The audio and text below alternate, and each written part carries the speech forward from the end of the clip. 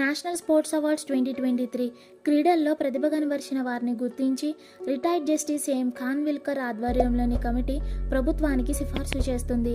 Committee సిఫార్సు ఆధారంగా తగిన పరిశీలన చేసిన తరువాత ఏ క్రీడాకారులకు, కోచ్లకు మరియు సంస్థలకు అవార్డులు ప్రదానం చేయాలని ప్రభుత్వం నిర్ణయిస్తుంది. మేజర్ ధ్యాన్ చంద్ ఖేల్ రత్న అవార్డు గత 4 సంవత్సరాల కాలంలో క్రీడా రంగంలో అద్భుతమైన మరియు అత్యుత్తమ ప్రదర్శన కనబరిచిన వారికి అందించబడుతుంది. అర్జున్ అవార్డు గత 4 సంవత్సరాల కాలంలో క్రీడల్లో మంచి ప్రదర్శన మరియు నాయకత్వ లక్షణాలు, క్రీడా స్ఫూర్తి మరియు క్రమశిక్షణ వంటి లక్షణాలను ప్రదర్శించినందుకు ఇవ్వబడుతుంది. ద్రోణాచార్య అవార్డు క్రీడాకారులను అంతర్జాతీయ ఈవెంట్లలో రాణించేలా చేసినందుకు కోచ్లకు ఇవ్వబడుతుంది. ధ్యాన్ చంద్ అవార్డు వారి పదవీ విరమణ తర్వాత క్రీడా ఈవెంట్లను ప్రోత్సహించడంలో సహకరిస్తున్న క్రీడాకారులను సత్కరించడానికి ఇవ్వబడుతుంది.